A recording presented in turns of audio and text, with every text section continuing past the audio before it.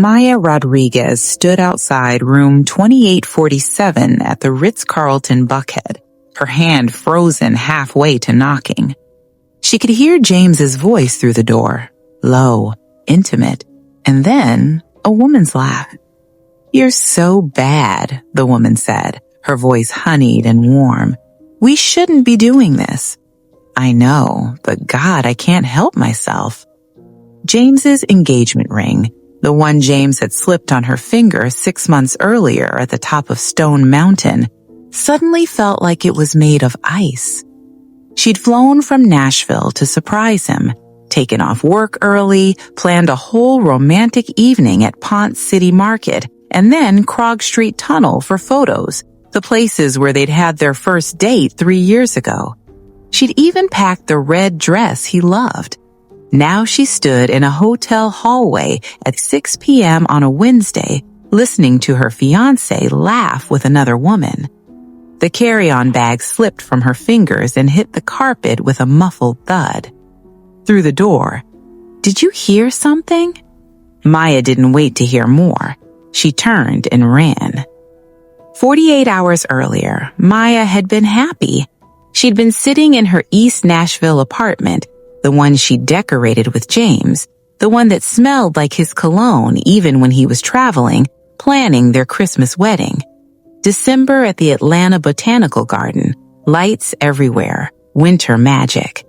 James traveled for work. He was a pharmaceutical sales director, always flying to medical conferences, Chicago, Houston, Boston, and this week, Atlanta, his hometown, meeting with Emory University hospital administrators. "I'll miss you," he'd said that morning, kissing her forehead in their kitchen. "I know. Go save lives with your fancy drugs." Maya had smiled, but something had twisted in her chest. She hadn't told James about the text.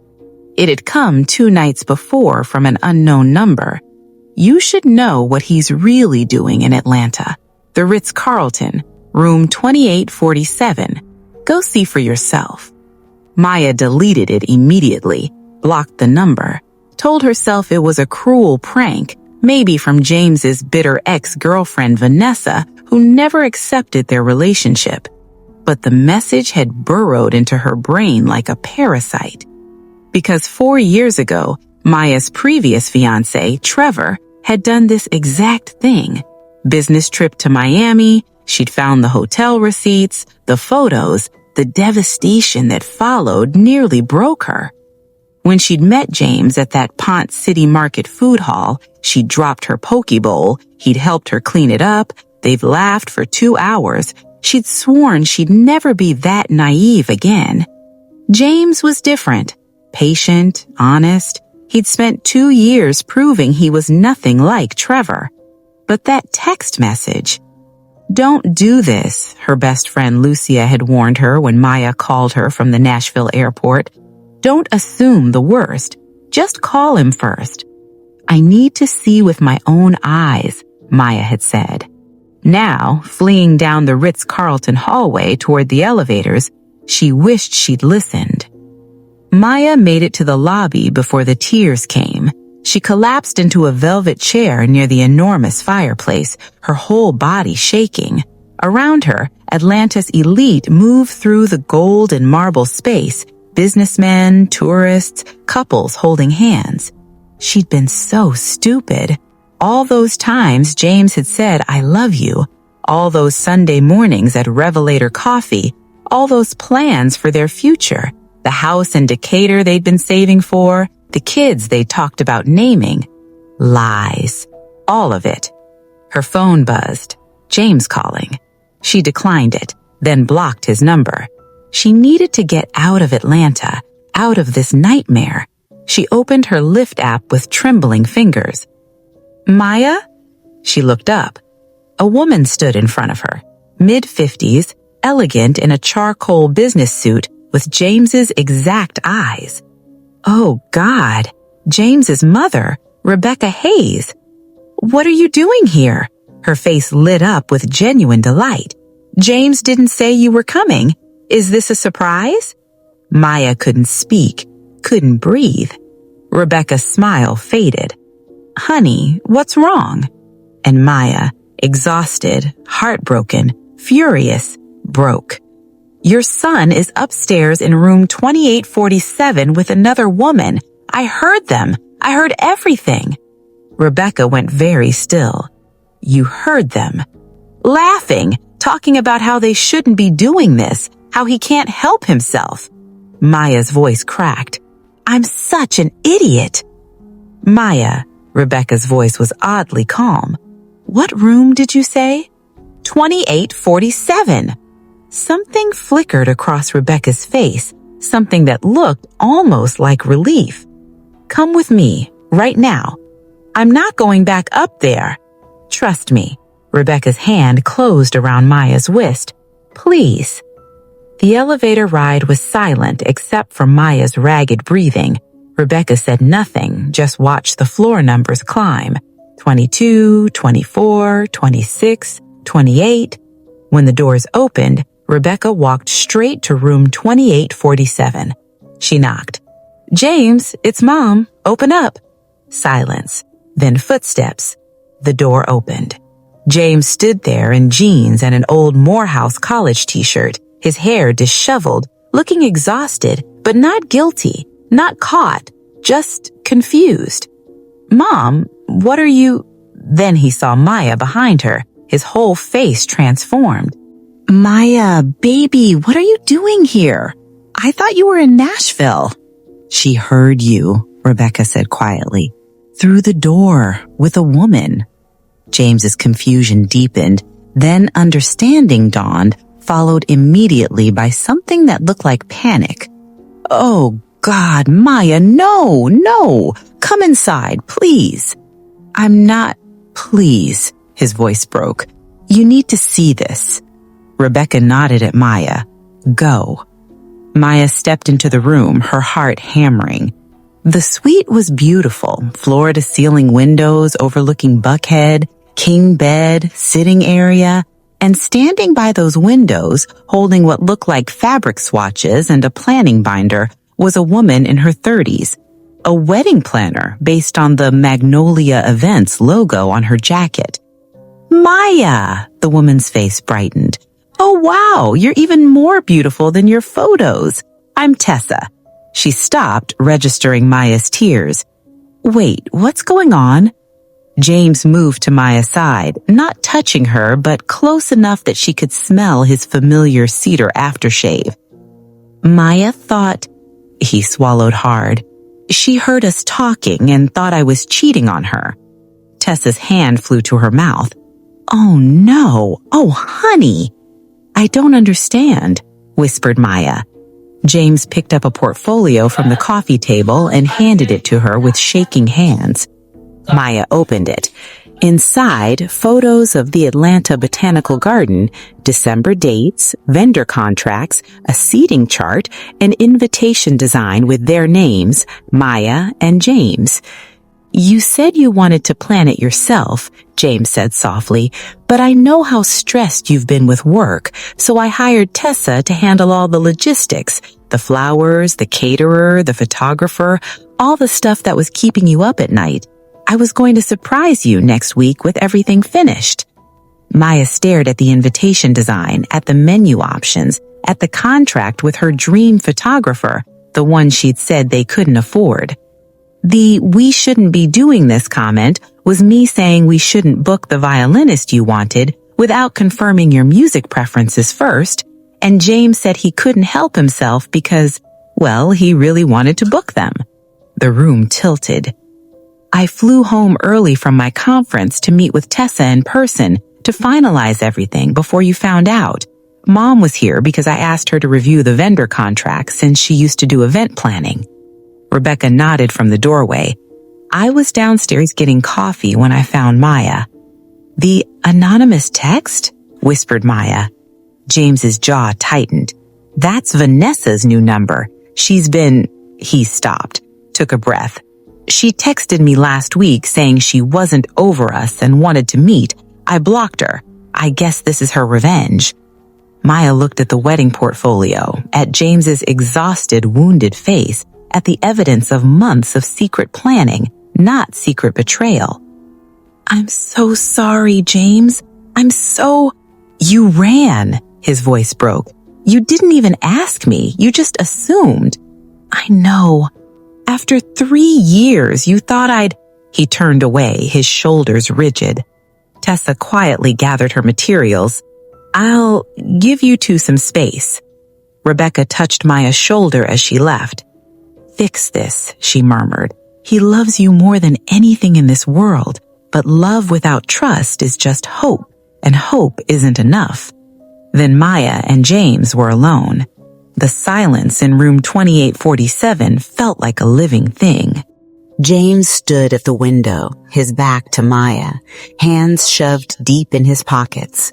Beyond the glass, Atlanta's Buckhead skyline glowed in the dusk. Lenox Square's lights, the distant shimmer of downtown, the city where he'd grown up and where he'd planned to marry her. Maya sat on the edge of the bed, the wedding portfolio heavy in her lap, her throat so tight she could barely breathe. "Say something," she finally whispered. James didn't turn around. "What do you want me to say, Maya?" "I don't know. Yell at me. Tell me I'm horrible. Tell me—" "You want me to yell?" Now he turned, and the look on his face stopped her cold. Not anger, something worse. Defeat. "You want me to be angry so you can feel like you're being punished, so you can apologize and we can move past this like it's just a fight?" "No, this isn't a fight," his voice cracked. "This is you looking at 3 years of us. 3 years of me showing up every single day, being honest, being faithful, and deciding that none of it mattered, that one anonymous text from my psycho ex was more believable than everything I've ever shown you." Maya's tears came harder. "You're right. I know I'm right." James ran his hair through his hair, pacing now. "Do you know what I was doing when you were out there in the hallway? I was looking at surprise honeymoon options. Tessa found this place in Savannah, this historic inn you've always wanted to visit. I was going to book it tonight and tell you at Christmas." Each word was a knife. "I was planning our life, Maya, and you were out there thinking I was—" He stopped, shook his head. "I can't do this." Panic seized Maya's chest. "Can't do what?" "I can't be in a relationship where you're always waiting for me to become Trevor." There it was, the name that had haunted them from the beginning. "That's not fair," Maya said quietly. "Isn't it?" James's eyes were bright with unshed tears. "Every time I travel, you get anxious. Every time a woman comments on my Instagram, you get quiet. I've spent 3 years trying to prove I'm different, and the first time someone plants a seed of doubt, you don't even give me a chance to explain. You just run." "Because I've been here before." Maya stood up, her voice rising. "I've been the idiot who trusted too much, who believed every lie, who found out she was the only one who didn't know her fiancé was sleeping with someone else for 6 months. I'm not Trevor." "I know," Maya broke. "I know you're not. But James, do you have any idea what it's like to walk around with that kind of scar? To love someone so much it terrifies you because you know how badly it can hurt when it ends." James's expression softened slightly. "So you sabotaged us first, before I could hurt you?" The words hung in the air between them. Maya sank back on the bed. "Maybe. I don't know. When I saw that text, something in me broke, and then I heard you laughing with a woman, and it was like I was back in that Miami hotel 4 years ago, standing outside Trevor's door, hearing the same sounds. But you didn't stay to find out the truth. You ran again." "Because I'm scared," the admission ripped out of her. "I'm terrified that one day you're going to wake up and realize I'm not enough, that I'm too damaged, too suspicious, too broken from what Trevor did, and you're going to find someone easier to love." James was quiet for a long moment. When he spoke, his voice was gentler. "Maya, look at me." She did. His brown eyes were red-rimmed but clear. "I chose you. he said. Not because you're easy, not because you're perfect. I chose you because when I'm with you, I feel home. You make me laugh. You challenge me. You're brilliant and kind, and you cry during dog food commercials. And you're the only person I want to text when something good happens. Fresh tears spilled down Maya's cheeks. You to choose me too, James continued. Not just with words, with trust, real trust. Because I can't keep living under Trevor's shadow. I can't spend our marriage proving I'm faithful. At some point, you have to decide to believe me. Maya wiped her eyes. I want to. I swear I want to. Then why didn't you call me first, before coming here, before assuming the worst? She was quiet. Then, because some part of me thought I didn't deserve you, and if you were cheating, it would prove I was right. The confession sat between them like a third presence in the room. That's messed up, Maya. I know. You do deserve me, and I deserve you. But we don't deserve this constant doubt, this waiting for the other shoe to drop. Have you ever let past hurt sabotage something good? Have you pushed away someone who loved you because you were too scared to trust again? Drop your story in the comments. You're not alone in this. Maya looked down at the wedding portfolio in her lap, at the invitation design James had chosen, simple, elegant, with a quote from Pablo Neruda they'd discovered together. I love you without knowing how or when or from where. I saw a therapist after Trevor, she said quietly. Did I ever tell you that? James shook his head. She told me that trauma rewires your brain, makes you hypervigilant, makes you see danger everywhere, even when it's not there. She said healing isn't about forgetting what happened. It's about learning to separate past from present. Are you in therapy now? No, I stopped when I met you. I thought love would fix me. Love doesn't fix people, Maya. It just gives you a reason to do the work. She turned to him fully. You're right about all of it. I should have called you. I should have trusted what I know about you instead of what I fear about men in general.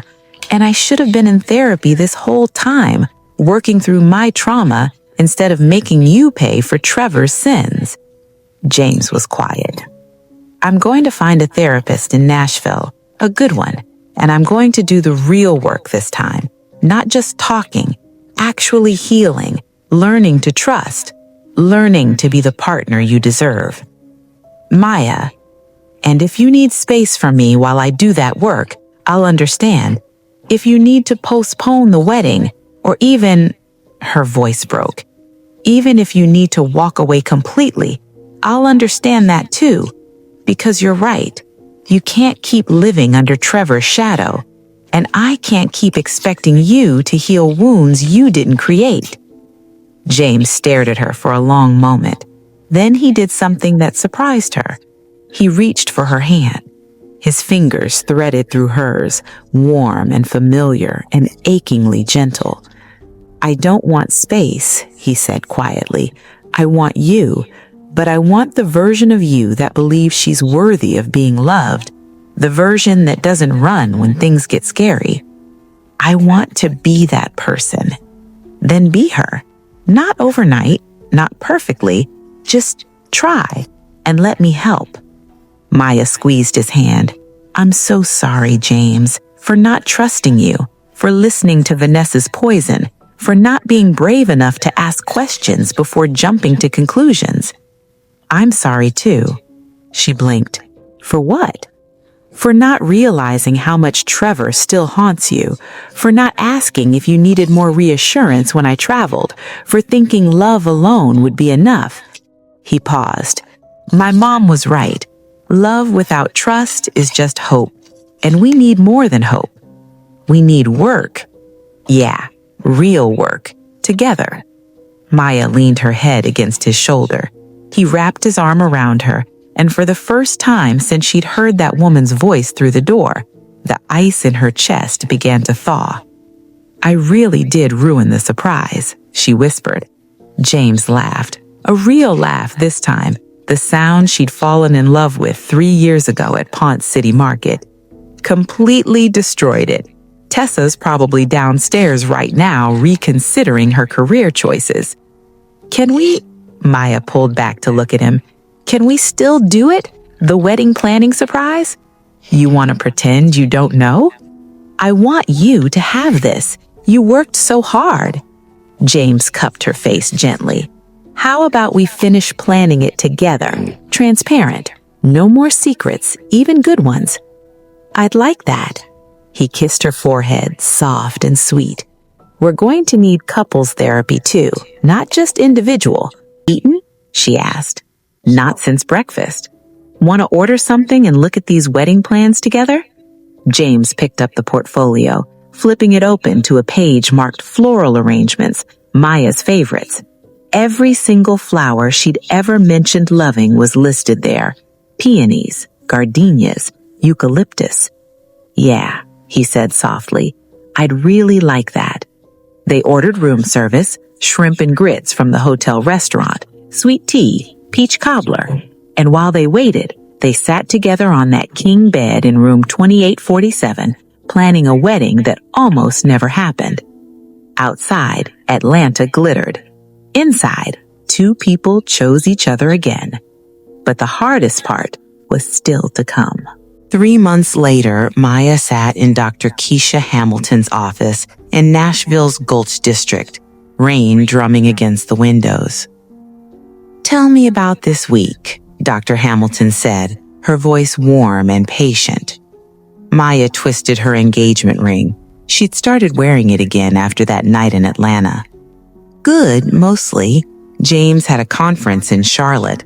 I felt the old anxiety creeping in, but I used the tools we talked about. I called him when I felt scared instead of spiraling. We FaceTimed every night. I didn't check his location obsessively. That's real progress, Maya. It doesn't feel like enough. Healing isn't linear. Some days will be harder than others. Dr. Hamilton tilted her head. Have you talked to James about postponing the wedding? He doesn't want to. He says December is perfect, that we'll have done 6 months of therapy by then, together and separately, that we'll be stronger. Do you believe him? Maya was quiet for a moment, watching rain streak down the glass. Yeah, I do. For the first time in my life, I actually believe someone when they say they love me. Dr. Hamilton smiled. That's everything, Maya. The couples therapy sessions were harder. Every Thursday evening, Maya and James sat in Dr. Raymond Chin's office in Midtown Atlanta, halfway between their 2 cities, working through the debris of that night at the Ritz-Carlton. Maya, you've made remarkable progress with individual therapy, Dr. Chin said during their October session. But James, I want to hear from you. How are you processing what happened? James was quiet for a long moment. Honestly, some days I'm fine. Other days I wake up and remember how it felt to see Maya in that hotel hallway, looking at me like a stranger, like 3 years meant nothing. Maya's throat tightened. James, let him finish, Dr. Chin said gently. I forgave her. I meant it when I said I want to work through this, but there's this small part of me that wonders if she'll ever fully trust me, if I'll spend our whole marriage waiting for the next time she runs. The words hurt, but they were honest. That's a valid fear, Maya, Dr. Chin said.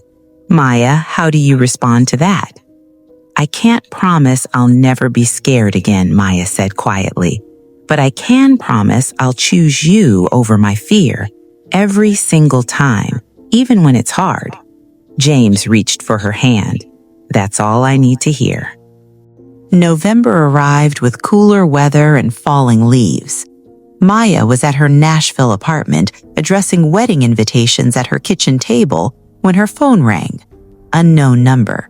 Her stomach clenched, old instinct, but she took a breath and answered. Hello? Maya Rodriguez?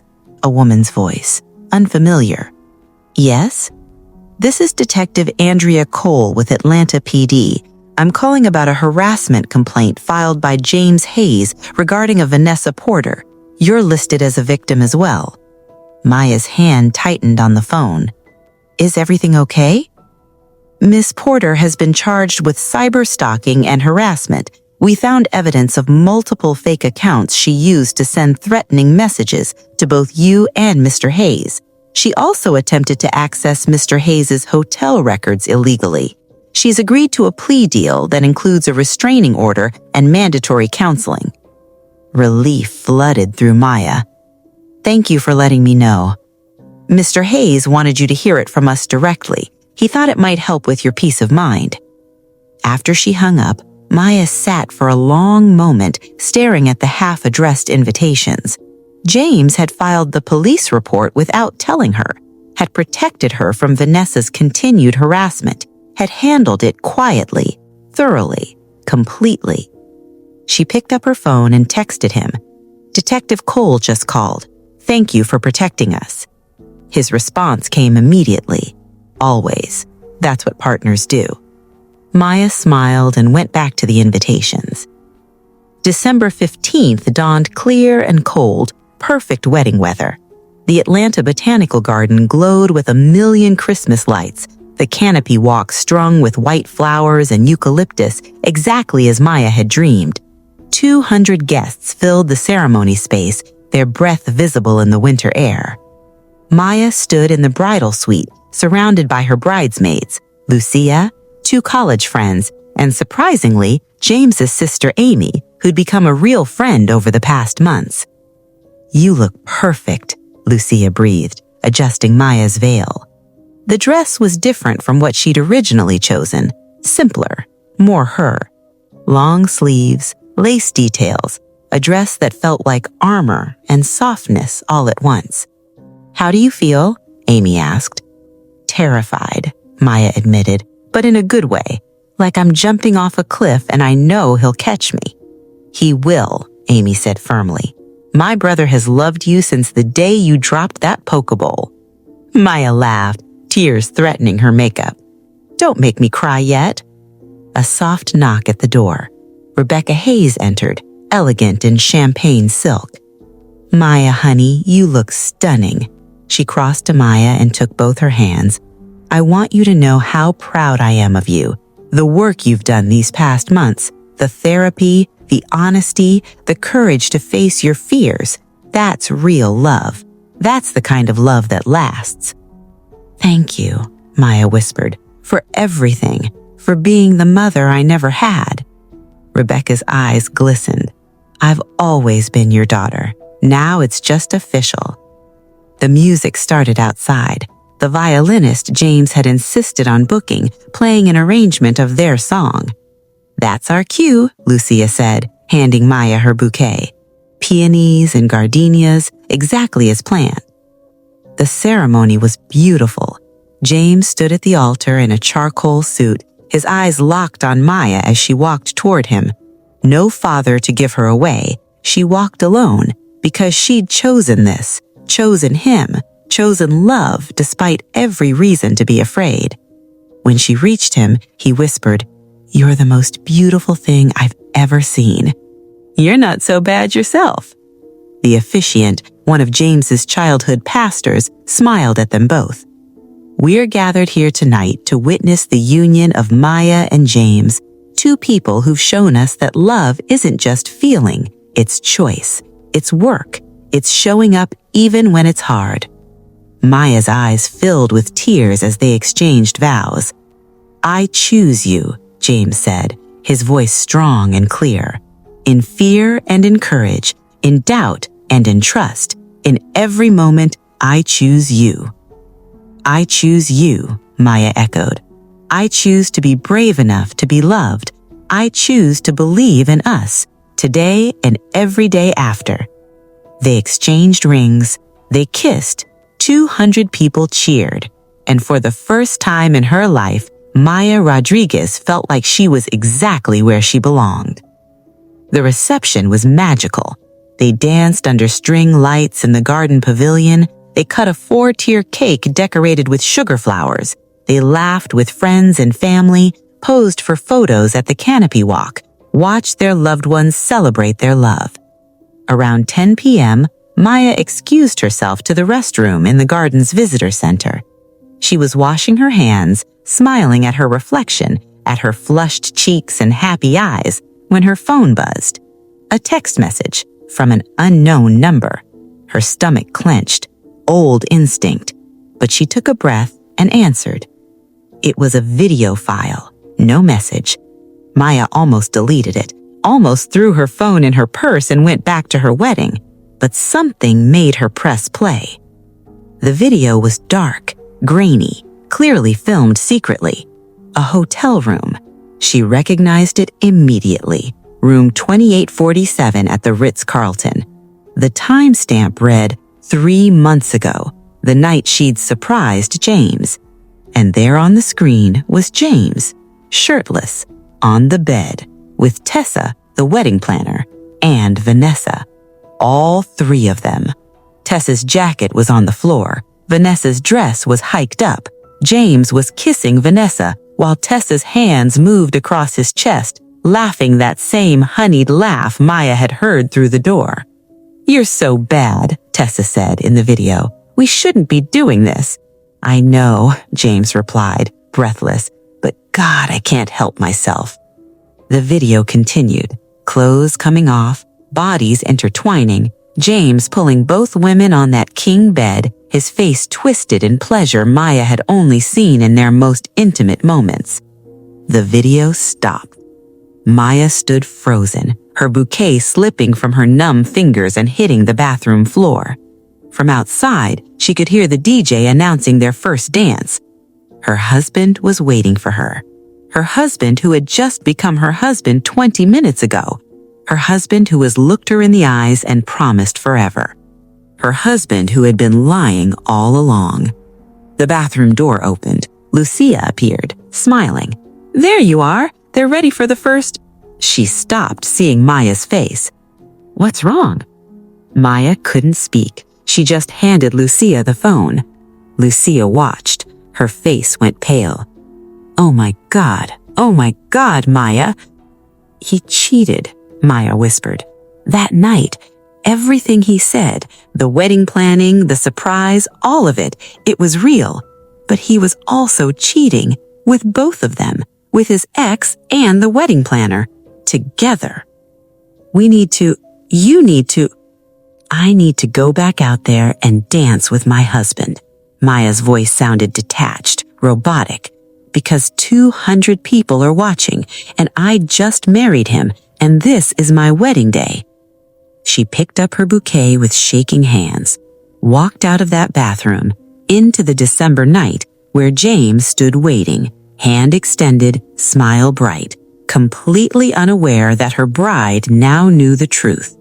The violinist began to play, and Maya Rodriguez took her husband's hand and began to dance.